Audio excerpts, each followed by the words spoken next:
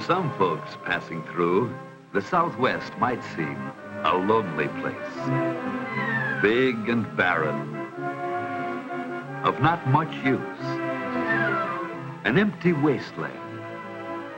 But it does grow grass.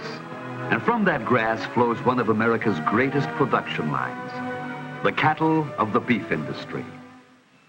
A big business that begins in the Southwest and the other grasslands that cover almost half of the United States. Lands too rough and dry for field crops. But by cattle grazing, they are made of value to the nation through the beef production line.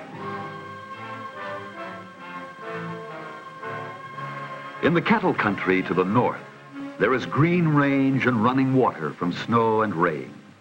But in the Southwest, water is scarce and precious. And to get this ingredient for the cattle production line, reservoirs are built, dikes of dirt that are piled up across the natural water courses to catch the runoff water after the rain and hold it in tanks of earth for the dry season. In addition, wells are drilled and topped with windmills. Their shadows stretch across the sun-baked land. In the whole semi-arid Southwest, on the plains of West Texas, New Mexico, Arizona, and parts of Nevada and California, the cattle production line depends on the windmills and the tanks. The models of the production line are varied. Black Aberdeen Angus, a strain brought from Scotland, are raised on a few Southwest ranches.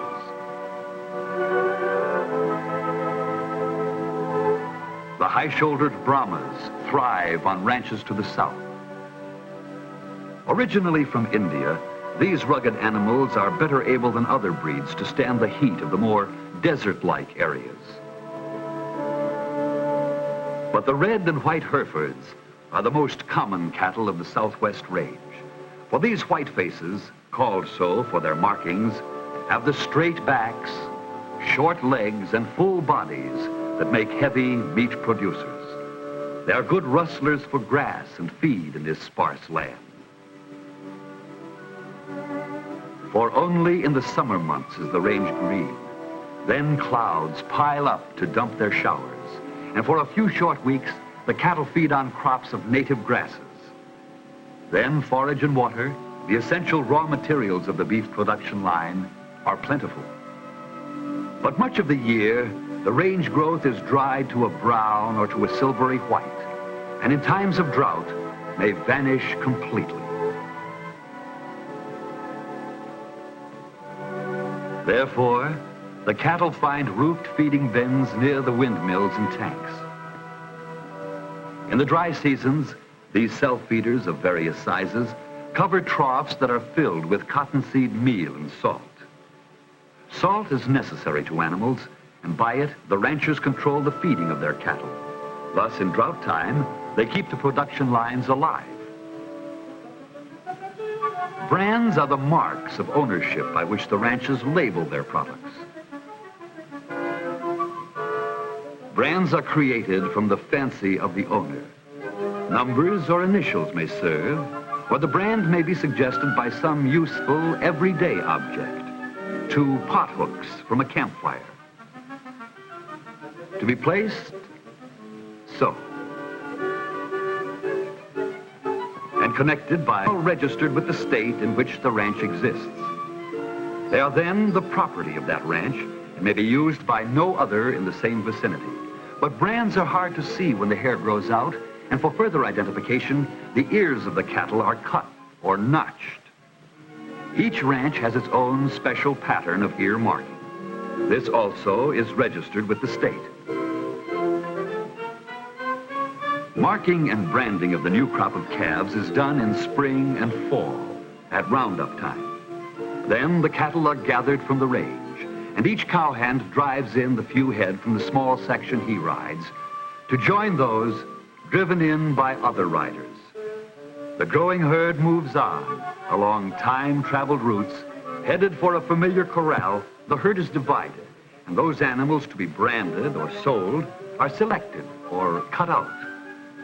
Cutting out is done slowly to prevent milling of the herd, which causes loss of weight. The animals are singled out and shuttled into another group and are driven into the corrals. Here the branding irons are heated, sometimes in an open fire or perhaps in an old oil drum. Their handles extend from the fire. They are carried to the branding to be stamped onto the top of the calf's thick hide. One cowhand quickly notches the ear, and one dehorns the calves. Another vaccinates as a protection against disease. Branding over, everyone gets a shower of insecticides against flies, ear ticks, and other pests. In some areas, the animals are dipped, but here they are sprayed with the antiseptic liquids.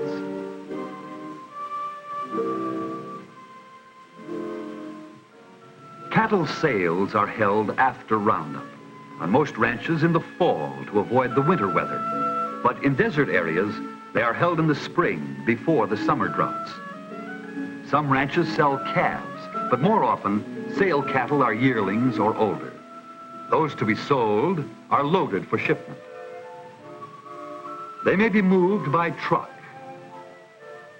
or by railroad, as the cattle production line moves on from its beginning on the range toward its finishing period, the feedlots.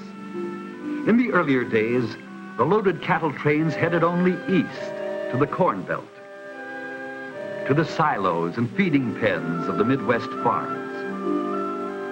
There, the cattle fattened on corn for the packing plants of Omaha, Kansas City, Chicago, and the Eastern market. But of recent years, more and more of the cattle trains head west to fill the ever-growing needs of the millions of people who live on the Pacific slope. The trains stop on sidings on the longer hauls, and the cattle are unloaded every 36 hours into railside corrals. They are fed, and after a 5-hour rest, they reload to move on to the valleys of the West, along the Salt and Gila rivers in Arizona, and in the Central and Imperial valleys of California.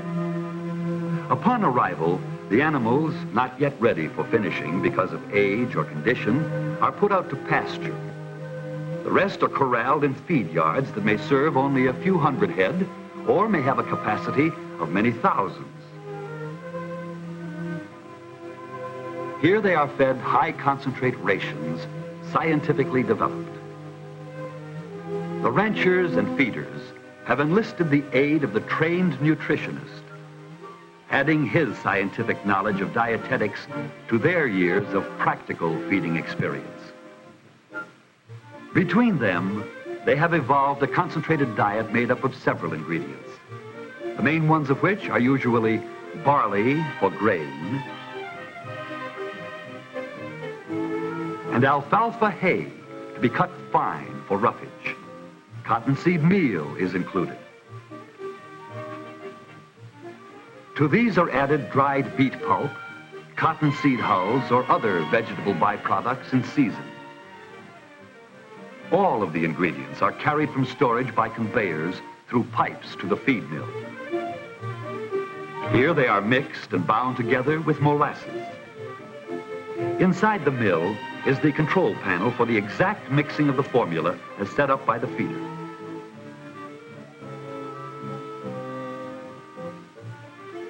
There is no guesswork. 6 scales are set, each with a given weight for a specific ingredient.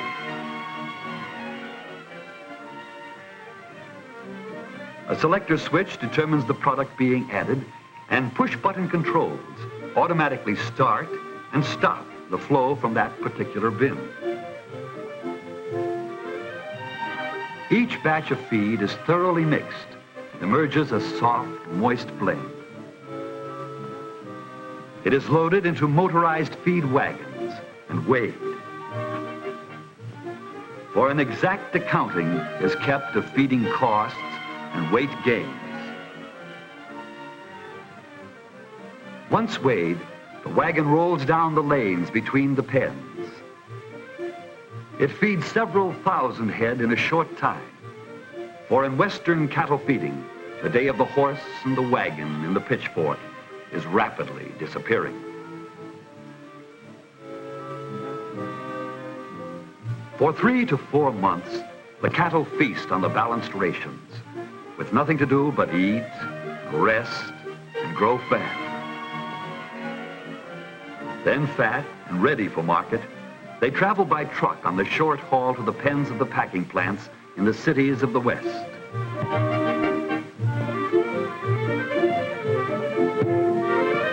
From out of the pens, they move up the ramp toward the packing plant, one of America's biggest production lines. A great industry that turns the nation's grass leather and a host of other products essential to man. Meanwhile, back on the lonely range, the endless cycle moves on through the seasons. The rains come, followed by the droughts. The windmills pump their precious water. And in the barren land, the cattle bring forth their new models to start along the great production line.